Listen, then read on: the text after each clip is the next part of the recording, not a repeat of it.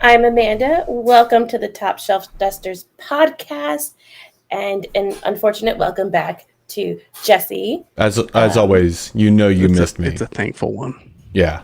Is it though? It is. It is. After the technical difficulties I had last week, that had us starting like 25 minutes late. Yeah. Yes. You also called me. Yeah. But you ignored me at first. Good. I'm going to ignore you continuously for the rest of our time together in this project. Perfect. Good. And also joined by Cass. This time next week, I'll be in Nashville. Bitches, let's go. No episode next week. It'll just be me. I'll talk about whatever I want because I won't have you guys. Parenting podcast. I told you. Yep. Send in your topics, whatever you want me to cover. Yeah. It'll just be me. You all 12 of your kids and ask them who their favorite parent is. You thought the technical difficulties were bad last week. Jeez. That's because I had to deal with all their stuff. If it's just me, it'll be fine. Mm-hmm. And then we are joined by Ethan. I'm just here. Good. That's Although, good. Amanda, next week, if you're going to do a podcast by yourself, you should talk about like cleaning tips and how to dust a house or we did get that in our email. Cass took that in a very different direction. Just saying, you're from down south. I don't know what you believe down there, so I wasn't sure. So, wow. Anyway, we're just gonna go. We're gonna go right into it. Unfortunately, we do have some sad news to start off with. Al Trotwig, he was a legendary New York sports broadcaster, unfortunately passed away earlier this week. He was on MSG Networks. He covered the New York Rangers. I basically grew up watching him, you know, cover these guys in their games. And it's unfortunate he passed away earlier this week from complications of cancer. He was 68 years old. He did a lot over his career. He was covering the Yankees, covering the Knicks, covering the Rangers. He covered the Olympics. He even made a cameo in the Disney movie Cool Runnings. This guy did everything. So it's unfortunate. I know a lot of people at MSG really miss him.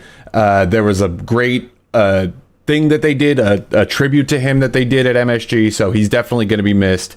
And prayers for his family and his friends. It's unfortunate news. Yeah. I actually have not seen Cool Runnings. Really? That's one like I was raised on Disney Channel, but I never saw Cool Runnings. Ethan, banished now. Go what is watch Cool it. Runnings about? The Jamaican bobsled team? Yeah, right. Oh, okay. Come on. I haven't seen it. Now I didn't know that was you've never seen the Big Green before. Jesus. Disappointment. Moving on. The Tampa Bay Lightning and Washington Capitals played today earlier. It was an early afternoon game.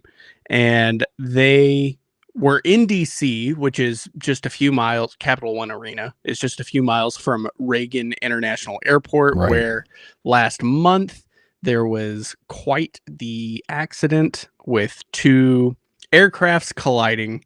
And tonight, or this morning, they honored the victims of that plane crash with helmet stickers, things like that. It was a good,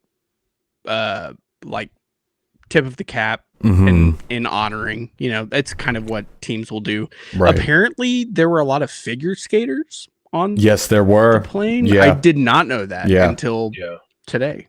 A lot of people from the skating club of Boston. I know a couple people that knew a lot of those people that were on that flight. So thoughts and prayers to go out to them. NHL always does a pretty good job with this kind of stuff. Yeah. It sucks that I have to say that, but they do a really good job with the commemorative stuff. They did a good job earlier this evening, which takes us into our next segment, where, I mean, the Gaudreaus have had a ton of great moments throughout this season because of what happened to their sons. And tonight, earlier this evening, there was another tribute by leading the Columbus Blue Jackets out into the Stadium Series. Yeah, didn't they come out in like his hoodie, like a hoodie and sweatpants.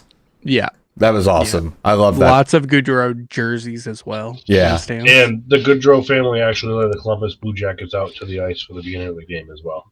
Oh, I didn't see that. I didn't get to catch that. That was really good. They had a big old Goudreau 13 banner going around the stadium during the game as well. I did see that. I think that was in like the second period or the first intermission. So they dressed like how Goudreau always dressed: black Uggs, a certain pair of black sweatpants, and then a brand of hoodie that he had like in every single color. They said so. They all wore like exactly what he wore. I love that. Like, constantly. That's a great tribute to him, man. He should have been playing in that game. It's unfortunate, but it's really nice to see what the teams all around the league have been doing for his family, for his children. Even in the Four Nations. The Four Nations with the jersey, yeah. I mean, this guy was obviously loved by everybody in the league. A lot of friends, so it's good to see these types of things, as unfortunate as the circumstance behind them is. I mean, Columbus and Detroit are playing the Stadium Series right now as we speak. Mm-hmm. The Detroit Red Wings coach Todd McClellan even had a Goudreau pin on. So like it shows how tight knit the hockey community is. It's excellent to see. Unfortunate disaster. But yeah. But good for Columbus because right now they are now ahead with just a few. They are minutes winning, to go. yeah, and they've been doing very well this season. Surprisingly, they could be a dark horse. I was thinking of that. They are a dark horse. Yeah, I'll tell you one thing. Like I watched, I don't know, a period and a half of that game today, and obviously the Bruins are right into the wild card race with the Blue Jackets, with the Red Wings, with the Senators, not with the Rangers. The Blue Jackets play way better than the Bruins ever do. The Bruins aren't playing with any kind of grit, any kind of mojo right now. It's just like it's hard to even watch them play, even though suck it Tyson, they beat you, right? I know exactly what you mean by that. But it's just like it's painful to watch. Yeah, yes. I'm counting down these last few games and hoping that we get a good draft. If you want to have some sort of therapy session together, we could do a couples thing for our hockey teams. We could talk about how trash they are in person because they both suck. So we'll get into it later, but like I want the Bruins to do what the Rangers are doing, trading off any pieces that aren't part of their immediate future to get assets moving forward. Yeah, and we'll get to that one. I want Brandon Carlo going. I know we're going to get there, but do it better than the Rangers because the Rangers picks are all this upcoming draft, and it's well known that picks in this draft are worth dirt because but at the same time, a terrible draft. The COVID draft, people were saying that too, and you guys got Wyatt Johnson in the late first or second round, and he's a stud. So I mean, there will be gems. You know, I'm not confident. I'm not confident in the New York Rangers drafting capabilities, and I haven't been for a while. But we'll see what happens with that one. Yeah, we'll get there. Again with the Bruins drafting, Jesse. I like where this is going. We can. It's got to be the original six curse or something like that, dude. I don't know. Right. To wrap up the Stadium Series, at least for my thoughts, a pro. I really loved how the Ohio State marching band was out there. Very cool. The Curse of Ohio. Yeah. That on the ice. That's cool. But the overwhelming thought I have for this whole game, which we've talked about, like in our chats, right? The scheduling is so bad, abysmal. And here's how I'll set it up. You're coming off of the Four Nations tournament, which I know. It had overwhelming success and people didn't necessarily think it was going to be like that. And you can't change the schedule now. But aside from that, you've got 12 games, other games. So 13 games total being played today. And this Stadium Series is not only being played in March, which is not considered a winter month. And it's usually February. February or January. It was slated between I believe 3 p.m. Eastern game and 7 p.m. So it's sandwiched between games. And then on top of all of that, it had to switch networks on ESPN because there was a college basketball game being finished. That is ridiculous. It's awful. Just why not have this game on Super Bowl weekend, Saturday morning? Right? It just doesn't make any sense. And you're going to have the game switch over? I'm intrigued to see what the ratings are going to be like for this, because it's evident, Four Nations aside, right? Because that's an anomaly. The stadium or the Winter Classic hasn't been doing well, hasn't been performing well on the networks. The decline of that has been evident over the last couple of years. Why are you not doing what you need to do with these games? These games are awesome. Has anyone been to an outdoor game? Yeah, they're great. Classic 2020. The atmosphere is amazing, and it just hasn't been captured appropriately on television. And I don't know sorry, go ahead. Oh, I was just going to add to your point of not only for TV viewership, but this game actually just surpassed the 2020 Winter Classic here in Dallas for third most in attendance, like outdoor game attendance. Second most now.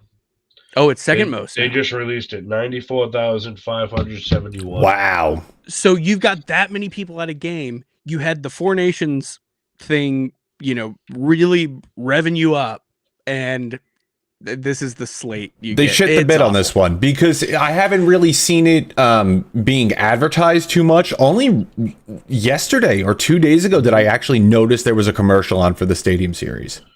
So, like, even on NHL app, NHL website, it's like you had to swipe to today to find it. Like, I forgot what day it was 2 weeks ago, and I literally had to go through the schedule on the Columbus Blue Jacket page to find this game. I guarantee you it's because they thought neither of these teams would be in a playoff contention spot. That doesn't matter. That doesn't matter. But I guarantee you. 2 weeks ago, they were both in a playoff spot. During the Four Nations, they should have been advertising this. They should have been advertising. I think they set a budget for ads for the whole season before they go into the season. So that's I think they underfunded based on the expectation of my point is, instead of advertising NHLshop.com during the Four Nations tournament, they sort of subbed it out for a Stadium Series thing. Yeah. Like one Stadium Series thing, at least while we're talking about NHL Shop, what you guys think of the uniforms today? I thought sick. The Red Wings helmet was awesome, and I thought the Columbus Blue Jackets jersey was the whole Blue Jackets getup is dope. I love the huge numbers too. I love that jersey. I want one very badly. So my birthday's in August. Just I do really like the Red Wings one too. The helmet, like you mentioned, was really cool. It kind of looked like or resembled a football. Football helmet. I like their jersey too. It's not the Blue Jackets one is sick. I don't know. I just like I guess I like the blue because I'm a little biased towards all of that. Have you seen the detailed breakdown of Elvis's helmet? No, I haven't. Oh, I should have sent it over for the podcast. Look it up. If not now, after the podcast. Right. Everyone look it up because the detail, it's all obviously Elvis themed, but it's maybe the best goalie helmet I've ever seen. Love that. So let's start talking about the week's news with some suspensions. Jesse, do we have a video for this? Yes, sir. This disgusting hit. Trevor Zegras suspends. That's not it. Yeah, excuse me. That's not it. Nope. Let's try. Well, you do that. He get traded. No, just kidding. Trevor Zegras gets suspended 3 games for interference on Michael Rasmussen. I feel like we knew about this hit last week, and we talked about it, and we gave our opinions, and I hit it on the head because I'm amazing. Of course. Yeah. I think it was just called poorly. It should have been called head contact, which I believe would then get him a lengthier suspension. But the fact that it's going under interference is just a little.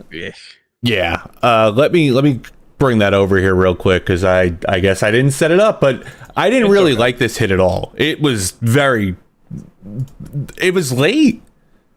Here it is. Here we go. It was very late. He takes like 2 steps. Oh my god. Well, he lifts into his head. Yeah, that's This is this is illegal checking to the head. Blatant head contact. The fact that it's interference as the call is beyond me. Yeah. And I mean, the 3 games is warranted, I think. I don't believe he's been suspended previously. Correct me if I'm wrong on that. Right? But I think that this is warranted for this type of hit. If that's a clean check, like to the body, like just a body check, that's not called interference because that's finishing a check. I don't know. You don't think that was late? No. I think that was late. I think I think if it was cleaner, they wouldn't have called it. Box 1, 2, hit. I don't know. It's a dirty play, which means he's going to be on the Dallas Stars by the end of next week. Yeah, that's facts. Actually, the team with multiple players injured from dirty hits. Speaking of dirty hits, this guy actually got his dirty hit suspension reduced. Ryan Hartman had his 10-game suspension reduced to 8 games by Gary Bettman. He did upheld the suspension, but he brought it down to 8. I thought the 10 was good. Personally, that hit or that he like DDT'd Tim Stutzla into the ice. Like, let's be real on that one. I personally think this was a fair ruling by Bettman. Yeah. If you read Bettman's comments about which I did not, there was a lot. Yeah. So he basically focused on the way the like compound suspension goes. You know how like if you've got a history, you're going to get a little bit more. Right. That's what he focused on. He recognized it was a dirty play. It wasn't reduced because of Hartman's defense of I didn't mean to. Right. It was reduced because the jump, I believe his last suspension was 4 games. Okay. And the jump to 10, no, I think it was 3 because he said the 7-game jump felt extreme. I see. So he felt like 8 reasonable would be reasonable. And it would teach Hartman a lesson of, hey, we're taking this serious. Right. Okay. Putting it into that perspective makes sense to me. I don't like Hartman though. I think it was dirty. He did that intentionally. Like, let's be real. That was an intentional play. And it definitely was intended to hurt Tim Stutzla. That like you can't there's no other way around that. No way around that. Yeah. One other kind of crazy call, although, you know, the Bischel hit could have been listed in this list, but we'll get to that later. Did I put it in there? No, it's later in the injuries. Okay. The Chicago fans were pretty unhappy, and I agree with it, for a missed offsides against Toronto. That's a good call. What are you talking about? Come on, look at him. He's clearly over the that's clearly on sides. Who do you think is controlling the puck? I'm being facetious. Oh, okay. Good, sorry. Good, I thought that the tone was giving that away. I thought it was a good call. Well, the first time I watched the video, I was like, wait, Chicago was called? Or there's no real reference for this video, but Toronto's going into their offensive zone, and you can clearly see Nylander. There were inches. There was feet, my guy. There was about 2 or 3 feet where he was offsides. Like, let's be you expect Toronto to maybe call in and overturn that, but no, Toronto didn't call Toronto out. Was there not a challenge for that? Amanda, you're the one who found the story. Like, why? I don't think there was. Just throw on the bus. Well, if that's the case, and there wasn't a challenge for this, what is I forget the coach's name for Chicago. What is he thinking if he's not challenging that? Perhaps they did. It's just one of those, and especially but because you're off. looking right down the line, right there. That's the lines. Yeah, he's right there. You can see him. That's blatantly offsides. What are you doing? I don't know. That's wild. Oh man. So we'll move on into the injuries, and we'll start it off with Kirby Dach. That's cool. That's how you say it. That is how you say it. I just second guess everything. You should. He is out for the season due to some knee surgery. Yikes. And I'm not gonna say he's like a top guy for the Canadiens, but 10 goals, 12 assists in 57 games. I mean, he's a bottom 6 guy who's helping the team do better than I think most people thought they would do. I agree. Yeah. The negative 29 for a plus minus is not great, but Right. it just kind of hurts their chances. It's kind of this whole thing of they make some weird spurts of success. If you look at the 2021 Stanley Cup, They've made significant finals. They've made significant strides since then. But then it's like, but I mean, so I'm looking at the standings now. They have 61 points. Detroit, who's in the second wild card spot, has 66. So they're only 5 points out of a playoff spot. So did anyone expect that at all? I don't think so. No. I mean, but this season has been weird in general, right? But it just goes to show what the Canadiens are going to be in next season, or even 2 seasons from now. They just need to figure out their goaltending situation. I think the injury could actually push them to be buyers, which we'll get into the trade deadline look around. But they've got some space, and now that they've got the injury. Yeah. So real fast, the Chicago Maple Leafs play. It was there was an immediate coach challenge. Okay. However, Toronto upheld it. The reason they gave was that as John Tavares crossed the blue line, he took his stick off the puck. And oh, come on. Until after Nylander had tagged. He was in. Never mind. Let's not. We've already moved on. That makes Toronto look even worse. That is Toronto's official. And we reasoning. wonder why goaltender interference is so wish-washy. Ridiculous. Okay. I've got nothing. I could go on for a long time on this. Anything else on Kirby Doc? No, he's out. All right. Michael Bunting also out. Pittsburgh. Oh, wait. Actually, I did just find it. They haven't even put him on LTIR yet. So they've got 6. Is that what I said? Yeah, 6.69 million in cap space. If they put him on LTIR, that adds 3.3. Wow. So okay, you might see them become a third team, take some salary, and get some draft picks in return on the trade deadline. That would be that's good a for them take too. Yeah. Michael Bunting of the Pittsburgh Penguins is out indefinitely. He underwent surgery to remove his appendix. Penguins head coach Mike Sullivan said he'll be out here for the next little while. I don't know the time frame at this point, but that's that. I mean, Pittsburgh's not going anywhere. He'll be fine when he's able to come back. Yeah, that's what I got on that one. Noah Dobson, sir. Noah Dobson got activated off the IR. He's played 2 games so far, 0 points, 0 goals, 0 assists, but +4. So that's good. The Islanders, jeez. They're brutal. They're brutal right now. And I was touting last year how great Patrick Waugh would be. I feel like they have to fire Patrick Waugh. I feel like they have to fire Lou Lamoriello. They definitely need to get rid of direction. Lamoriello's gotta go. He's gonna die in that office chair and just smother himself in there. I mean, but that's a Rhode Island boy that I love. They're also 5 points out of a playoff spot. That just shows you how bad the East is right now. Washington's got 84 points, and then the next closest team to them is Florida with 77.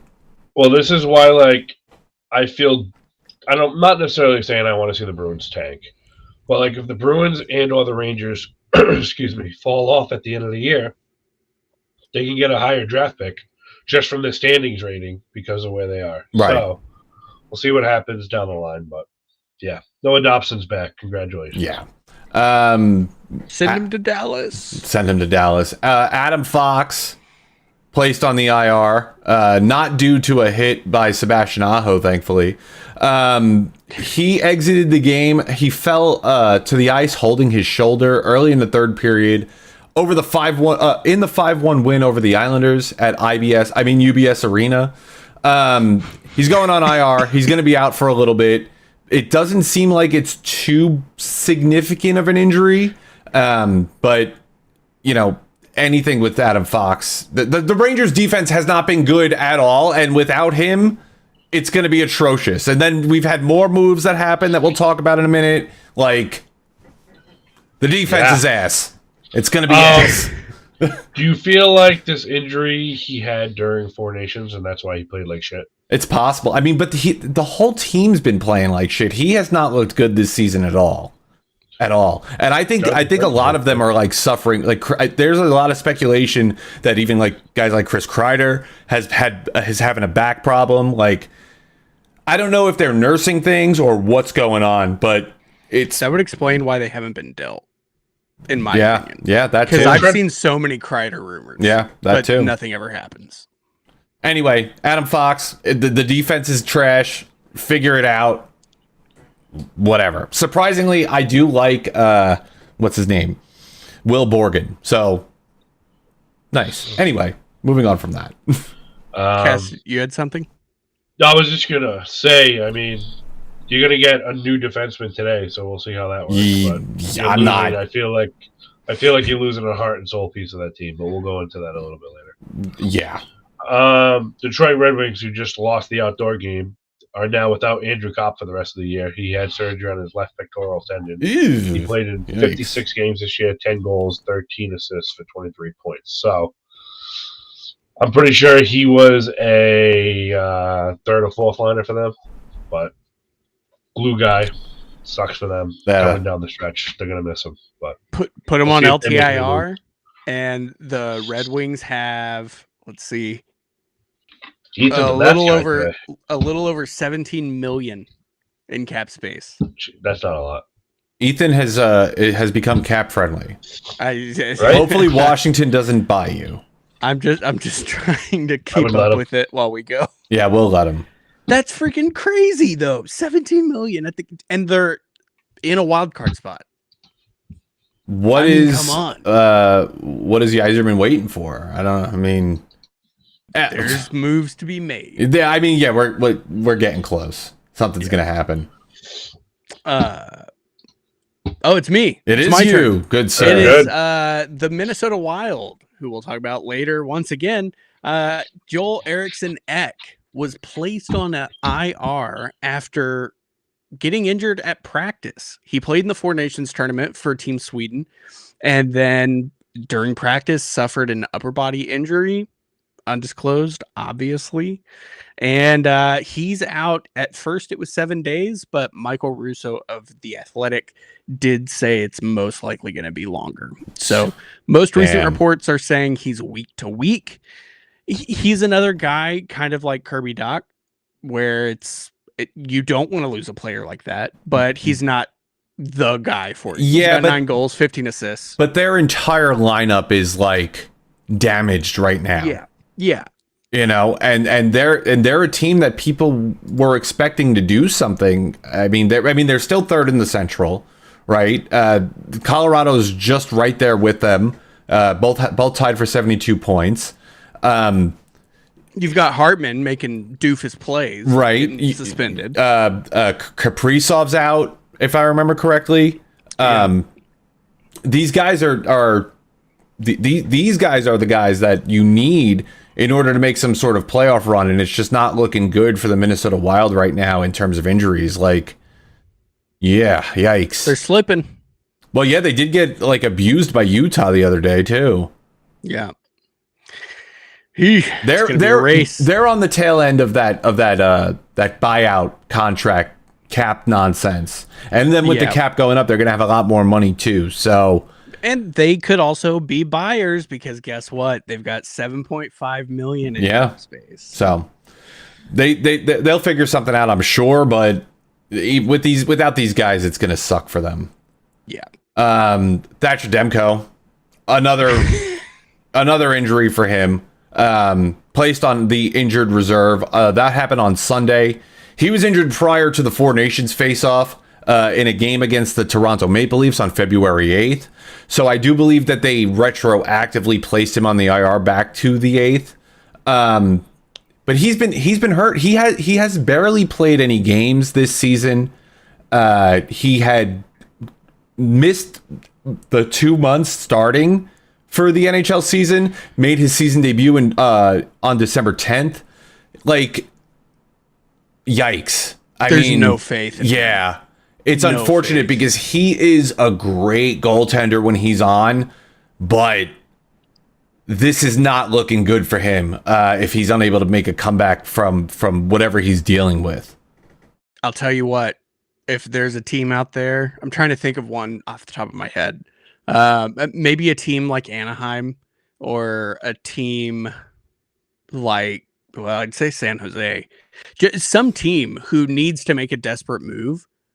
You could get Thatcher Demko for cheap and put your medical staff with him. Who knows? Maybe he comes back. Yeah. And you get a steal of a goalie. It's a risk, but it might be worth it. I don't know, man. But like, what if they're unable to keep him going in Vancouver? Then what would you be willing to trade for him? You know what I mean? Like he's injury prone at this point. What are you willing to risk and lose for him? He's a great goalie. No doubt about that. Yeah. They did what would Vancouver ask Lankman for 5 years too, so they're probably going to be moving on from Demko shortly. Who has been performing very well for them too. Yeah. So yeah. I think Demko's on he either gets traded or he's on like a 1-year tryout. Show us. Basically. Yeah. He'll be on Minnesota next year once Fleury retires. Hey, you never know. USA boy. Ethan, it looks like you have something to talk about. It is me. You're paying attention New York very well. Islanders. Oh, we're coming back to terrible missed calls. It wasn't a missed call, but New York Islanders Casey Cizikas. He got a match penalty for a reverse check on the Dallas Stars defenseman Leon Bichel. Bichel could come back next Tuesday, so it's been about a week. I think. Okay. Obviously, I'm going to play both sides here. As a Stars fan, I hate it. I hate losing Bichel because we need defensemen. But I do hate the concept of reverse checks being illegal. Brendan Morrow, previous Stars captain, he was great at reverse checks. It was so fun to watch. But now they're taking it more serious. That's why he gets a match. And so Bichel went to concussion protocol. Yeah, but basically Bichel ran into that elbow to try and get a call, and he did. So it's bullshit. So, speaking about injured defensemen, the Bruins have announced that Hampus Lindholm is likely out for the rest of the season with his knee injury. He sustained the injury blocking a shot November 12th. He intentionally blocked the shot as well. Yeah. I should mention. Yeah. Mm-hmm. Went straight into the puck. Yeah. Oh, yeah. He's like, shoot me right here. And the guy did. Fractured his patella. He already had surgery. I guess they have to remove some of the hardware this week. Recording caused irritation during the rehab. So, it sucks because he had 7 points in 17 games this year, averaging 21 minutes of ice time. So losing him, then, as we're going to talk about in a minute, losing McAvoy is just not good. There's a couple people called up from Providence right now, their AHL team, to kind of shore up that blue line, but the season's over. I'll admit it.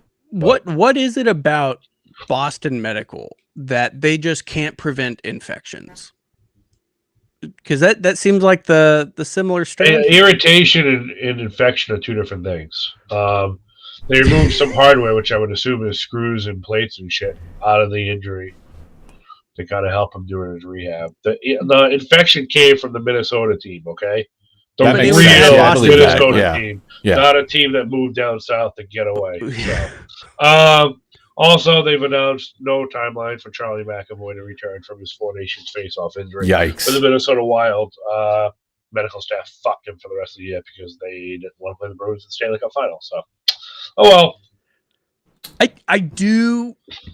I'm kind of interested. So, Amanda, if fact-checking doesn't come up for like the next few minutes, can you see if Hampus Lindholm went to the same hospital as Charlie McAvoy in Boston? I'm genuinely curious. Worth the check. Like I brought it up as a jab at Cass, but I'm genuinely curious. Well, if they got the same. McAvoy got fixed up in Montreal, and they fucked it up in Montreal, and they fixed it in it wasn't Boston. Yeah.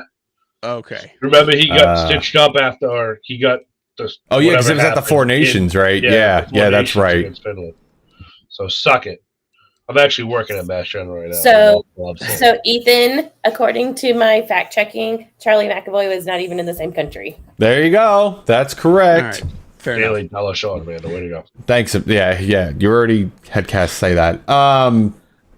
Unfortunate for the Bruins, but Yeah, that is unfortunate.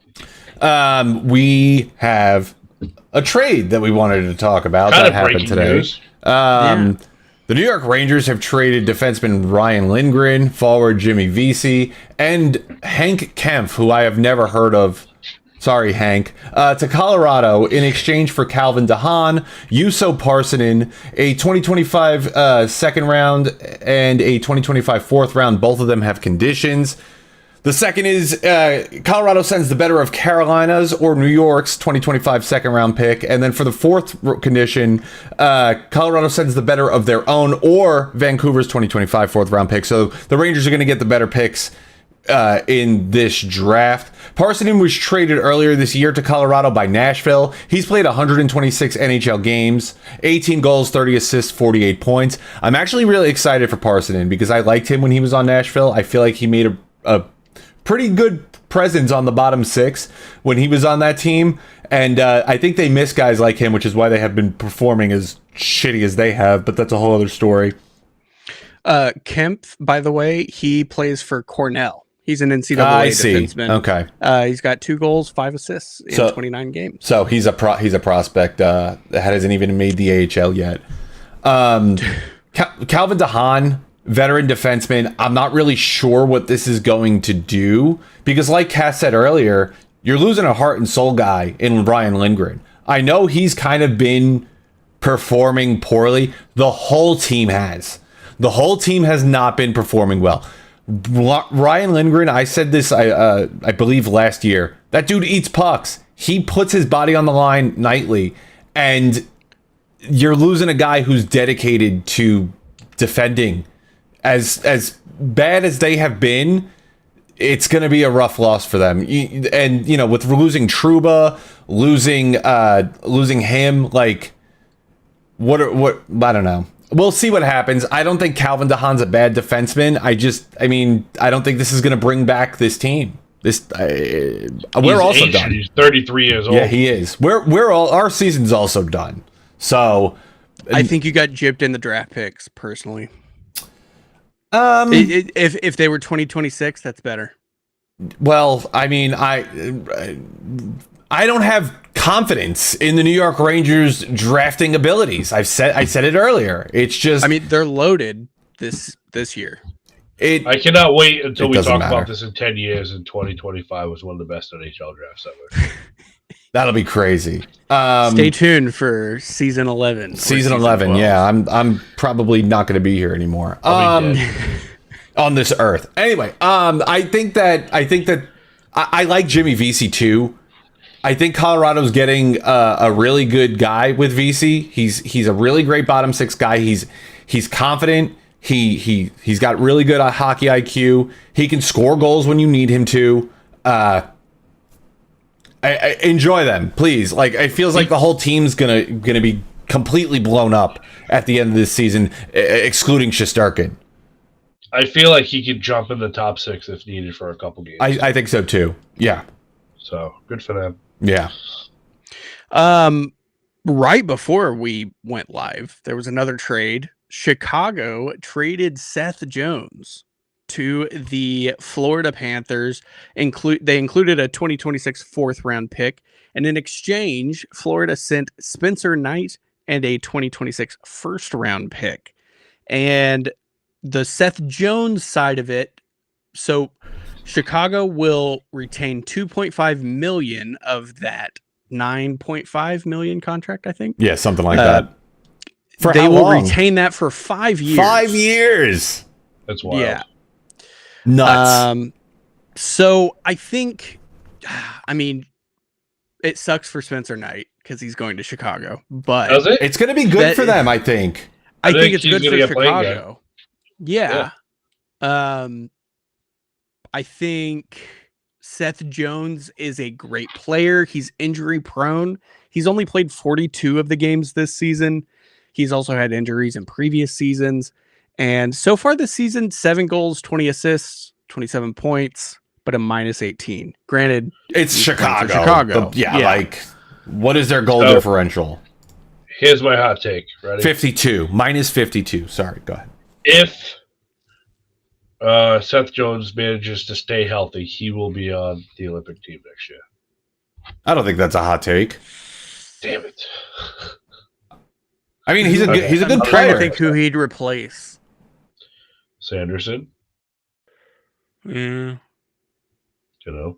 I mean, So- But McAvoy's going to be back at that point. McAvoy was Allegedly. already on the team, though. Sanderson I thought was the seventh defenseman. Oh. Yeah. So. We'll see. Okay, so much for that. I think Chicago wins this one. They got rid of a lot of cap. I can't believe. And Yeah, it's wild. they retained a lot less than I anticipated that they would. But still, 5 years. That's gonna suck. I mean, they did get the first, and I think that's kind of Yeah. part of the retention. 2026, dude. Thank God. Yeah. The other Wait, thing I've is, got I'm one surprised. Oh. I was gonna say, I'm surprised. Utah wasn't in here taking 2.5 for a third-round pick or something like that. So, but it's hard because of the 5 years worth of the. Yeah. You don't want to have that on the books for 5 years. I think Utah should have been in on Spencer Knight, personally. I think that would have helped him. I think Utah's going to make a lot of moves in this offseason. I think they're going to be a lot. They're going to be very They did last aggressive. year, too. I know, and it's good to see what they're going to be. They're going to be doing with a guy like Ryan Smith. Running having them run the show, like be able to actually make the moves that they want, because that's not what Murillo want. Let's not talk about Murillo. I don't Get wanna talk about Murillo's hand off people's neck. Yeah. And you'll see what they can do. Exactly. Another big trade from today. Nashville returned Gustav Nyquist to Minnesota. He used to play in Minnesota. The Gus and they bus. retained 50% of that contract in exchange for a 2026 second round pick. And this really just sounds like Nyquist didn't want to stay. Can you blame him? Floundering, right? Can you blame him? Not one bit. Not one You bit. got to feel bad for that 2026 second round pick. Dude, whoever gets picked. What the frick happened to Nashville, dude? Like, It's sad. it's abysmal. We'll be That's- live I mean, it's Saturday happy to for ask me. people. Yeah, we're gonna go. I'm gonna go ask Chris Mason. See what he says. So, Cass. yeah, Ville Husso traded to Anaheim for future considerations, and then he made history. Oh shit, I lost the page. Sorry. There we go. No, Professional. I lost it. Yeah, I'm very professional. What do you Oh, say? we know. So he was named the first star of the first game he played for the San Diego Gulls, and by earning the shutout, he became the first goalie to have a shutout in their debut with the team. So, Nice. bang. He's always been a really good AHL goalie. NHL is a different story. He played 9 games this year for the Wings, 1 win, 0 shutouts, 3.69 goals against average, .866 save percentage.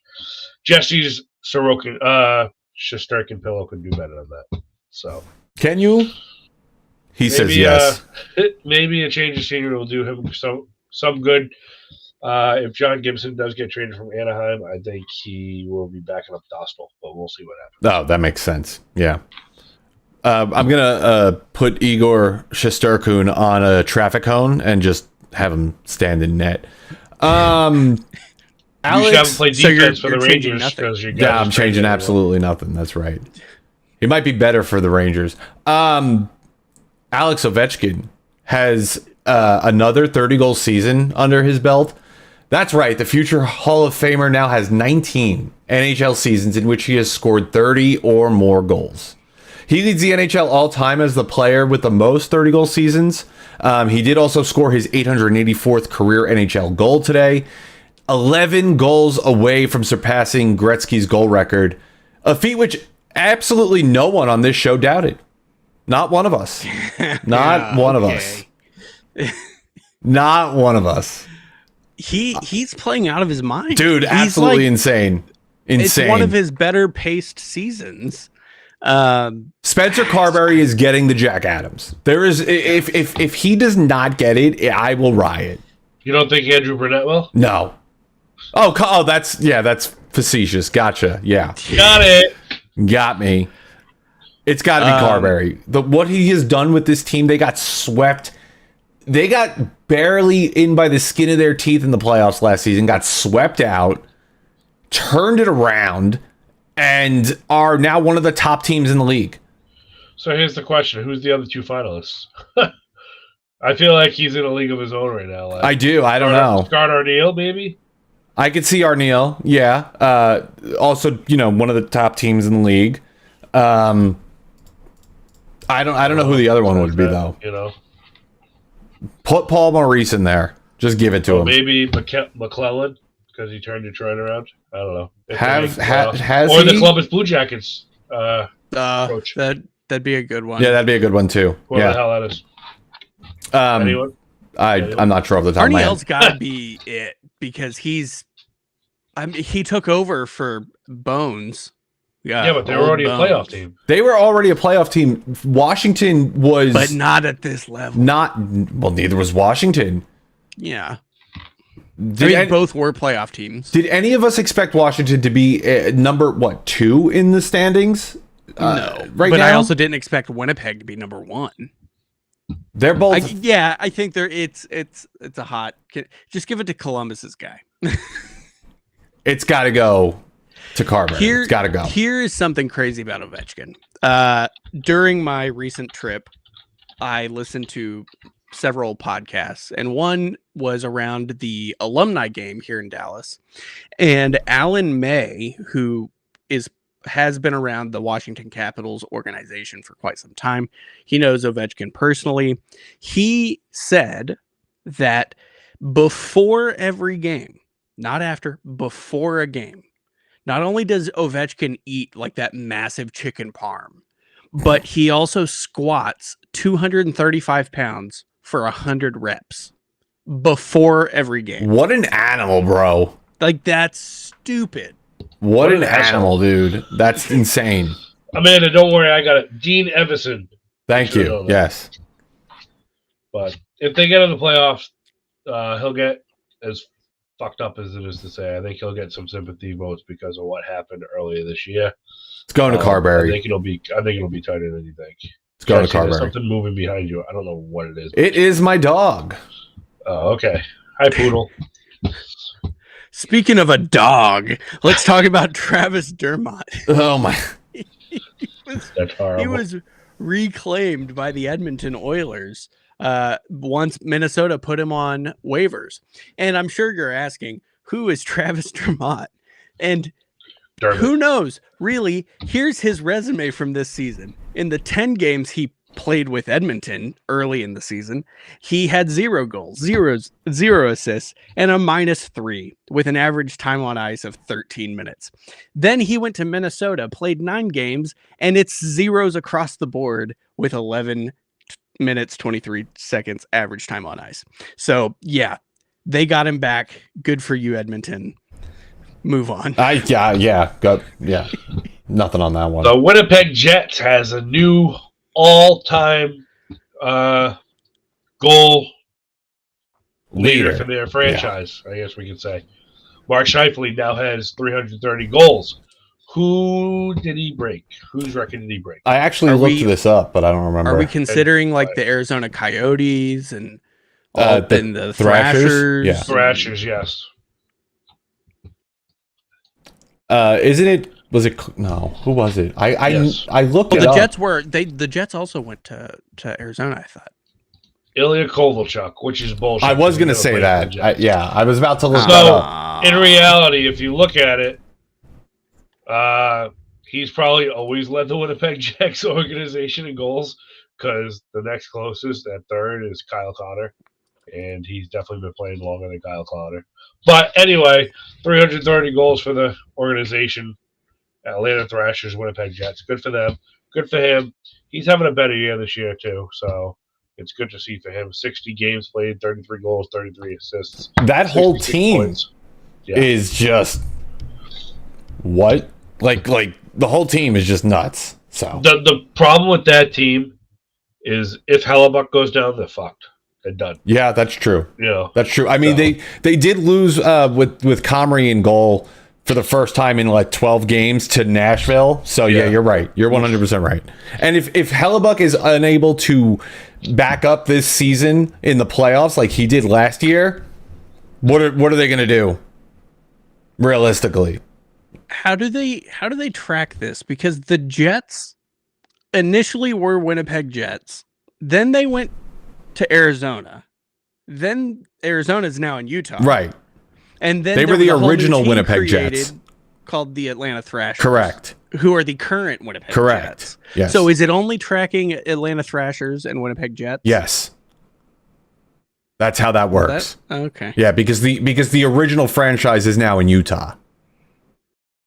They're two completely different teams. They're two franchises. Yeah, just like how the original Ottawa Senators are not the same Ottawa Senators. Okay. Kind of similar. We had a goalie goal. I hate this one though. Ilya Sorokin. I wanted to say Ilya Kovalchuk. Thanks. Ilya Sorokin has been credited for a goalie goal against the Nashville Predators. Late in the third period, they were winning 6-4. The Preds were pressing in the Islanders' end. Sorokin came up, had a huge save, rebounded the puck out to Nashville forward Steven Stamkos. He tried sending a pass back to the blue line, skipped past his teammate, went all the way down the ice into the net. So that's how that happened. Not even like a good goalie goal. It's just by technicality. And you know what he said? You know what he said when he was interviewed about it? I knew I would do it before Igor. there's a reason why this Bastard. one had your name next to it to talk about. Bastard. Yeah. I've been waiting for an Igor goalie goal for years. And this guy gets credited for one on an own goal? This is bullshit. Bullshit. Amazing. Absolute bullshit. But I love the comment. They're really good friends. I'm pretty sure they grew up with each other, him and Shesterkin. I love the comment. I thought it was funny as hell, but screw you, Sorokin. Screw you. Only because Stamkos was part of it. I've just got to throw it out there. Dude looks like a different human in yellow. It's just, he doesn't know how to play hockey anymore. It's the whole team does not know what they're doing, except for like Philip Forsberg. Saros actually fell off. Like, what the fuck? One of their players they have one of the Shins, right? Yeah, they have Luke. Yeah, Luke Shin. He made a comment this past week. I saying saw something that. Like, I've never been part of a team who That cannot score goals. Yep. The whole team. I'm surprised Trotz hasn't done anything at this point. I mean, he's like, you can have Gus Nyquist, please. Just, he wants to go. Just take him. I don't take him. Traded Askarov. Traded Askarov, which I mean, looking at they put their money on Saros. But Askarov wanted out because he didn't want to play in the AHL. And guess what he's doing? He's playing in the AHL. But I think he's gonna be part of the San Jose Sharks. Future, like yeah. like next But year. the fact that they got a first rounder for him and he's still in the AHL is a steal. Yeah. Well, who took that number 2 spot? So Askarov couldn't have it. Scott Wedgwood. Where's Scott Wedgwood? It's like Colorado. Who do they have backing them up now? I don't even remember. Justin Asuson or whatever. Oh yeah, it's Juicy and yes. Juicy. Yeah. Oh, I'm talking. Yeah, right. Whatever. I mean, yeah, miserable for them. What do you got on the Four Nations, Ethan? Yeah, so I just stumbled across this interview on Reels, I think, and it was the Rich Eisen show. He was interviewing Gary Bettman, and his main question was like, what's going to happen with the Four Nations tournament? It was a success. Like, where do we go from here? Is there going to be another one? And here are the points Bettman said. He said the Four Nations face-off tournament was a quick put-together tournament intended to get fans excited for the Olympics next year. So this success was super unexpected. It took them off guard, especially the political charged aspect of it as well. Understandable, yeah. It was just a lot all at once. And then he went on to say the intent was to then move to a World Cup every 4 years. So it'd be Olympics, 2 years, World Cup, 2 years, Olympics, etc. Just like FIFA World Cup. And then the World Cup would have 8 teams and be played in multiple continents. He recognized the success of the Four Nations Face-Off tournament and then says that they have a lot to consider, but he also applied that to an all-star game. No. He was like, we have a lot to consider based off the success that we didn't expect. And we also have a lot to, look at when it comes to our all-star game. No, get rid of it. And so I don't think there will be another Four Nations, personally. That's fucking absurd. That's It's absurd. basically like Olympics, all-star game, World Cup, all-star game, Olympics. Yeah. I think that's how it worked. Yeah. Get rid of the all-star game, Jesus I mean, at Christ. least it's not every year all-star game. As long as they come back to Boston, that's all. I want to be able to see another game like that. That was awesome. I'm sure that was. I mean, the whole. I was in the beginning when we talked about this last year. I was very skeptical about it. I was like, oh, what are these teams? Either Canada or the United States are going to dominate. Sweden and Finland put up a good fight against good teams. I was not expecting that. I wasn't expecting the way. Just everything about it. Everything about it was phenomenal. It definitely got a lot of new fans looking into hockey. I seen on social media, people are like, "Oh, now I'm watching hockey for the first time ever." That was very good for the game. Very good for the game. So, good job. So, now, an 8-team World Cup, though, that would be. He did obviously say like it depends on what the world looks like at that time. Yeah. Talking about Russia and but 8 teams. That's double the fun. Sure. Love it. Speaking about expanding the game, season 2 of the NHL Face-Off inside the NHL series, there are a couple more confirmed players. We already knew about Brady Tkachuk and Seth Jarvis. They announced that Columbus Blue Jackets Zach Werenski and Sean Monahan are also on the show. So, obviously, we'll see a lot of Johnny Gaudreau stuff through them. I hope with Brady, Seth, Zach, and whoever else they announced, you get to see a lot of behind the scenes of the Four Nation. I actually haven't watched the Four Nations on Field show that they've released. It's on my to-do list. But my question on to Amazon? I think I saw it's at least on YouTube. I don't know where else it is. Who else do you want to see on this season? I'll start the answer to give you guys some time. You have to fucking have Ovechkin. Yeah, that's who I was gonna say. With the way this goal chase is going, you have to have Ovechkin, and for satirical reasons, Tony DeAngelo. Why? So they could show the own goals that he's been doing on his own team? Half of the KHL, half of the NHL. Christ. I think Ovechkin's an obvious one, but going back to like their formula for the first season, you're gonna have a goalie, right? And I think Connor Hellebuck would be a good one. That makes sense. Kevin liking it. I mean, he's having a hell of a year. Freaking do him. You could even do Jordan Hellebuck, Binnington. He's probably gonna win the Vezina. He was great in the Four Nations. You've got a lot with Hellebuck. Yeah. Give it to Jordan Binnington, who won the trophy. No, we don't need to see Jordan Binnington. No, fuck that guy. Everybody loves Binnington. What? We want to see the behind the scenes of him spitting on children in the street? No. I don't think that's a fact, but yes, that would be great. I don't know. I've been trying to think, racking my brain over here. I have no idea who I would want to see in that. I watched the first episode of this last one, and Robin Leonard still getting paid. Yeah, he's getting paid by Vegas. So employee. I mean, follow him around. Yeah, it wouldn't work because of their format, and this team won't make the playoffs. But Jacob Trouba would be great after the trade. Yeah, to see the behind the scenes of that.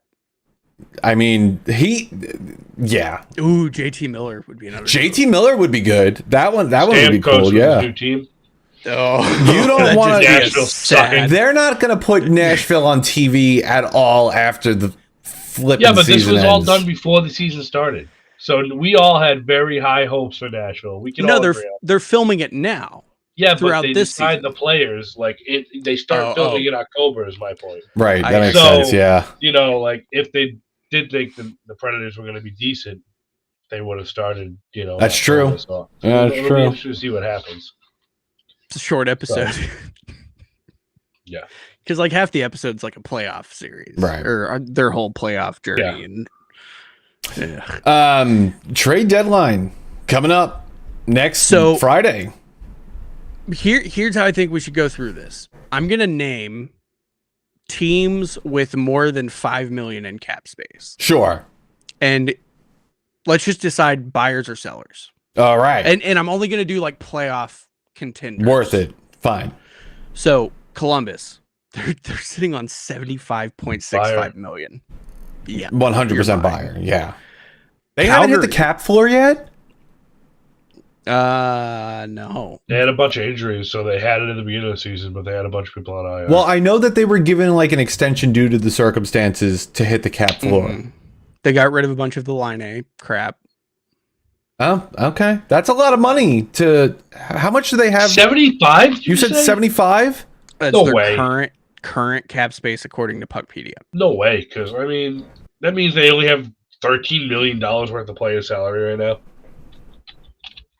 That's crazy. Salary cap's at 88, right? They have 17 million according to cap wages. So that's projected space. Uh, I'm seeing 18.91 for projected. I see. Yeah. Sure. They're definitely buying. I'm just going That's the based end on of it. current. I mean, that's what they go off of, right? I have no idea. Then you've got Calgary at 71.62 million current cap space. Their projected is 17.9. I think they're buyers. I just don't know what they would buy. Hopefully Zadorov and Lindholm back. That's probably not going to happen. Sorry, unfortunately for you. I mean, they're definitely in contention for a playoff spot. They're 1 point out of the wild card in the West. I could see them being buyers. I don't think anybody was expecting this from them. Dustin Wolf has been very good for them. I think they could use a couple bottom six guys. I don't know off the top of my head, but I think they could be buyers. Next we've got. I'm just curious. I know we're not considering them a contender right now, but the Rangers, they've got 14.05. I mean, they're contending currently. You know, they're only 4 points out. So Do you think they buy? It seems like they're selling. it seems like they're selling. I think it would be foolish of them to buy. The way that things are going, it's win one, lose one, win one, lose one, win one, lose one, and they don't win well. The wins have not looked good for them. The way that things have been going for them with the shots on goal, like they won that game in Long Island 5-1, and the shots on goal were like significantly ahead for the Islanders. They shouldn't have won that game. So I think that if they were to buy, they would be foolish. They should start selling, pick up some picks, try to figure something out, because what's going on right now is not happening. Their core's aging. It just doesn't make sense to make a push at this point, in my opinion. What do you think, Cass? I can see them making a lateral move. I can see them, Sure. trading Chris Kreider for. I'm trying to think of a comparable, but you know what I mean? Still staying in the hunt, because you have to remember, it is the NHL. Anything can happen, especially with that team. Shesterkin can get hot, and they can go off. So I can see them winning the playoff round or two. Sure.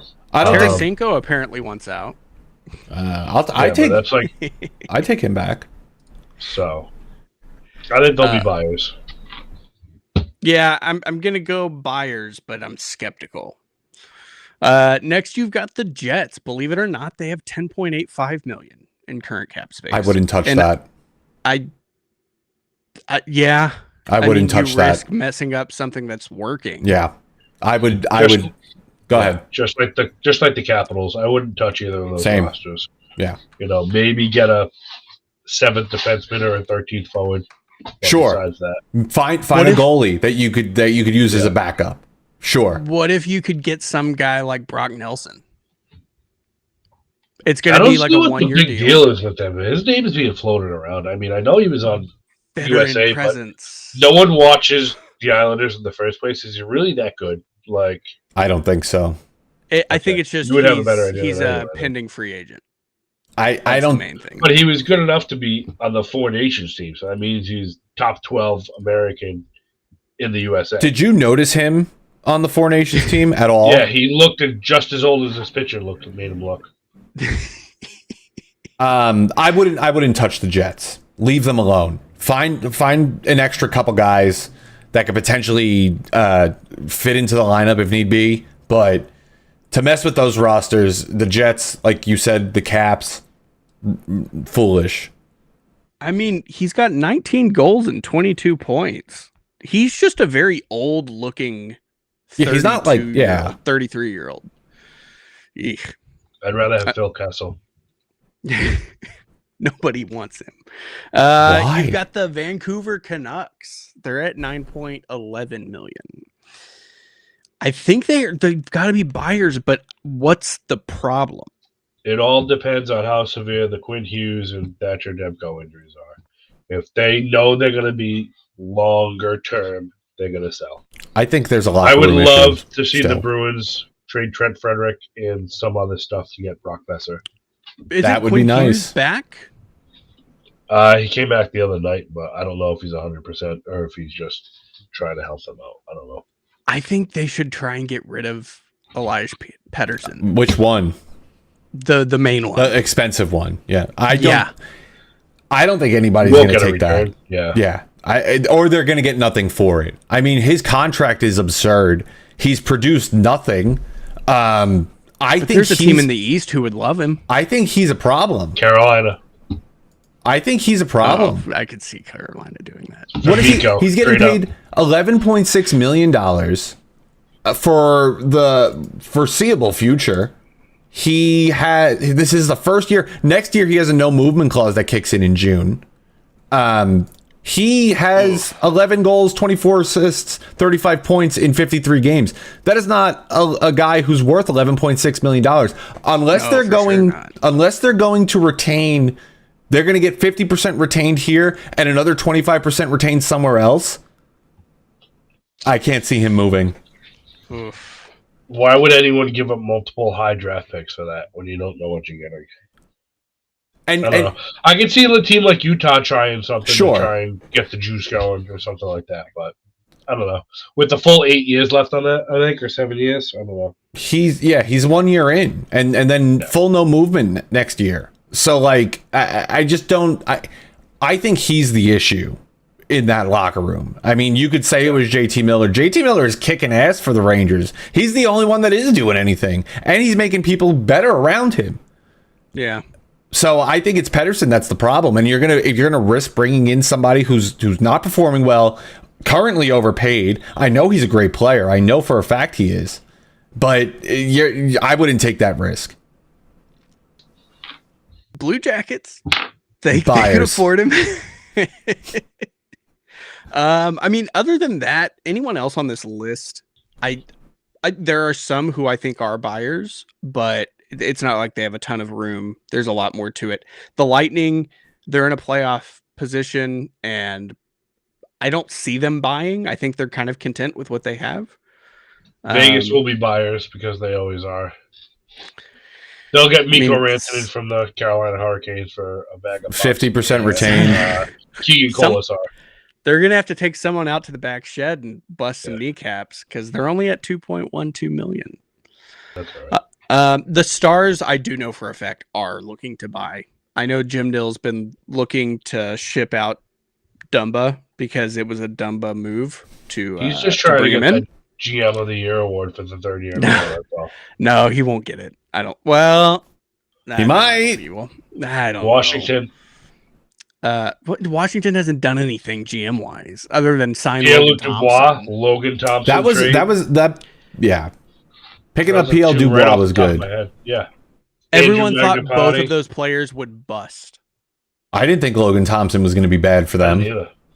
I thought Dubois was going to suck for them, but not Thompson. Nobody expected their performance. That's but that's the whole roster, though. The whole roster has been it was absurd. Yeah. But for the Stars, I know they're looking for a defenseman. They were looking at Seth Jones. He's from Dallas. It would have been a cool thing, but yeah. And then Carlson. That's the other. Oh my God! Yes, Erik Karlsson. Please. Yeah, Yikes. but the only way it works is if Pittsburgh retains like 50% of what they are currently responsible for, and then it would have to include Matt Dumba and probably someone else, because Matt Dumba's $3.5 million a year. We're sitting at 4.6. That'd put us about at 8, a little over 8. You guys could have Brandon Carlo. Cass is just trying to get rid of everybody. He wants to sell the farm, bro. I mean, what the He's fuck? done. We don't have any draft picks from the last 8 years. He's like, please, for the love of God. I'll take 6 rounders at this point. But here's the 6. thing: all of us hate the Vegas Golden Knights LTIR loophole, right? We can all agree on that. And Jim Nill, 2-time GM of the year, he could put Miro Heiskanen on LTIR. But the fact that the doctors are saying if rehab goes perfectly, he'll be back a week before, Jim Nill's not putting him on LTIR. Correct, because he can always retroactive it. So if it takes that week earlier, I mean, why would you do it right away? You know what I mean? Because you can't do anything with it 6 days until then. Yeah. Yeah, but if he has a trade that lines up, you kidding me? You tell me he won't push out an injury a week to get a player that he wants? We'll see. We'll see. I don't know. Do you guys have any hot rumors? Because we're not going to have an episode next week, so let's make our calls now. No. Does Mikko Rantanen get traded from Carolina? Yes. No. Yes. Amanda's crying right now. He's getting hot. She's beating one of her. With his one goal? No, he had didn't he have a hat trick? Did he? No way in hell. Amanda's or like he had a 3-point night. Something like that. Yeah, no, you would be hearing a lot more from me if he had a hat trick. Yeah, I'm not gonna lie. I've been neglecting my hockey watching, so I apologize. Oh, he had a 2-point night. Hey, that's like a hat trick night for him. That sounds like something Matt Dumbo would do. How's Drury and Natchez doing over in Colorado? Okay, very good. A great fact on NHL radio. The right before Rantanen found 2 points out of his bag, Natchez had a huge night in Colorado, and I think the way they said it was he had more points in that one night for Colorado than Rantanen had in his whole time with Carolina. Isn't that lovely? You love to see things like that. That's great. Other than it makes anyways, Colorado that's enough for smart. Tonight, guys. you don't make the calls. I'm muting you. I wonder if we're gonna see like a Rantanen for Elias Pettersson trade. Weren't they just looking at offering him north of $100 million? They did. I'm pretty sure. That's the rumor. Yes. Nothing. Reese's penis confirmed. Reese's penis butters. Yes. Well, anyway, what's their cap space? I didn't read theirs out. But that's because they have the lowest. $499. That's because they PO. They are but all of their forwards are like due a contract this year. I'm pretty sure. The entire team needs to be re-signed. They got Taylor Hall. He's going to be UFA. Mikko Rantanen's UFA. Jack Roslovic. Brent Burns. Get rid of Brent Burns. So that Brent Burns is actually one of the names I've read circulating about possibly being traded. Although I don't know what we would get in return. We'll send you Matt Dumba for Jacobs Slavin. You want that? Nope. Nope. Anyway, I think that's it for us. Yes. Yeah. Yes. We won't be here next week. We're going to be in Nashville. Hating ourselves for watching the Nashville Predators, but it's going to be great. This game was picked before the year started. It sure was. We were expecting a much better team. You could follow us on... Ticket prices are like it's much better teams. Yeah, anyway. You can follow us on X, Top Shelf Dusters, Facebook.com. We're at Crash the Net on Facebook.com. Email us, topshelfdusters@gmail.com if you want us to talk about anything at all. Yeah. Comment your trade predictions before the deadline. Yes, please do. That would be great. We want to know what you guys think. So if you think somebody's going somewhere, if you think that the Nashville Predators are going to like get rid of everybody, we'd love to hear it. Catch you all in a few weeks. Have a good night.